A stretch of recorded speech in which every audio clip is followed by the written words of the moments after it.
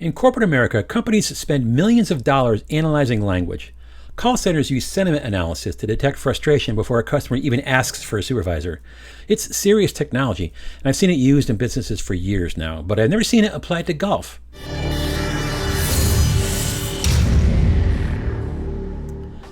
This is 3 Foot Paulie and the author of the book Playable Golf. I'm a regular golfer using data to make better decisions and improve my game. Now let's get into it. In my most recent video, I measured how many decisions I made playing with 14 clubs instead of my smaller 8 club bag to see if there was any difference. During both rounds, I wore a microphone and talked through everything like you saw in the videos. Afterward, I exported the audio, ran it through Notebook LM to generate a clean transcript, and then fed that transcript into ChatGPT.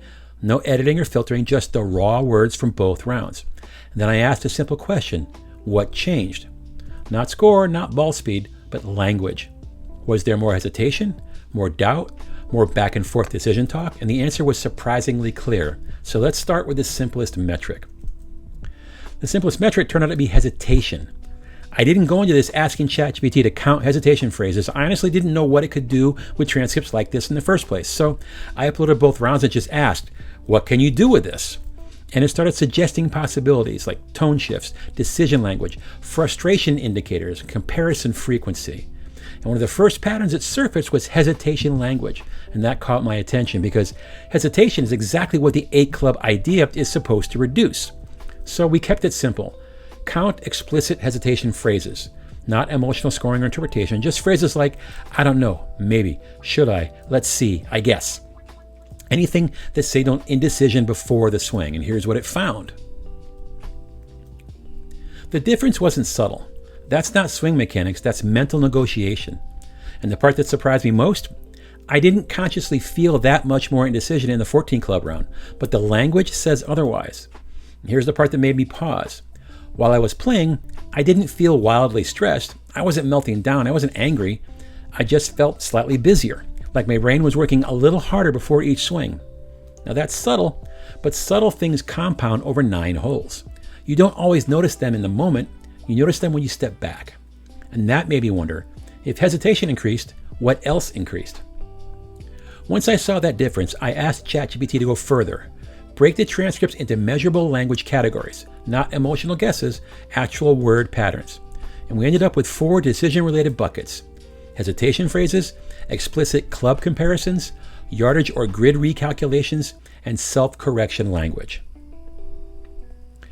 Every single category increased in the 14 club round, not slightly, but consistently. Now here's the headline. 14 versus 60, more than 4 times the decision language. Same 9 holes, same simulator, same conditions. The 8 club round still had adjustments. I still had to think, but it was mostly linear thinking. In the 14 club round, it became branching thinking. This or that, choke this or club up, full partial, 5 or 9, maybe 8 instead. That branching is where cognitive load lives. Now, a quick note on my method here. We only analyze the language between the first swing and the final putt of each round. Intro explanation, outro reflection, setup talk, all excluded. We're just measuring gameplay language. And within that window, we only counted statements that reflected decision processing, not environmental commentary, not random distractions, not jokes about the heat or the dog barking. So this isn't inflated by narration. It's isolated to what was happening in my head while making shot decisions. So I went one layer deeper. Counting hesitation is useful, but what I really wanted to know was whether the emotional tone actually changed. Not what I felt, not what I remembered, but what the language showed. First, total word count during gameplay only, first shot to final shot. So you can see it here, roughly 2,800 words versus 2,900 words. The volume was basically the same. But here's where it gets interesting. I categorized explicit positive reinforcement and explicit negative or self-critical language. No emotional guessing, just direct phrasing. So here are the numbers. 8 club round, positive, 53 instances. 14 club round, positive, 37 instances. Big difference there. Negative or self-critical language increased from 3% to 3.6% roughly, about a 19% increase. The total words barely changed, but the tone did. And it didn't shift into a meltdown, it just turned into friction. Fewer, that's fine. More, what do I do here? So here's the thing I didn't fully understand when I first ran this test. I thought the problem was the number of decisions. But looking back at the rounds, and especially the transcripts, that's not the whole story.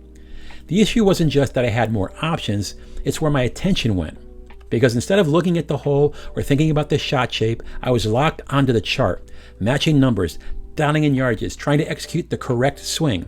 Now that sounds good in theory, but in practice it pulled my attention away from the actual golf course.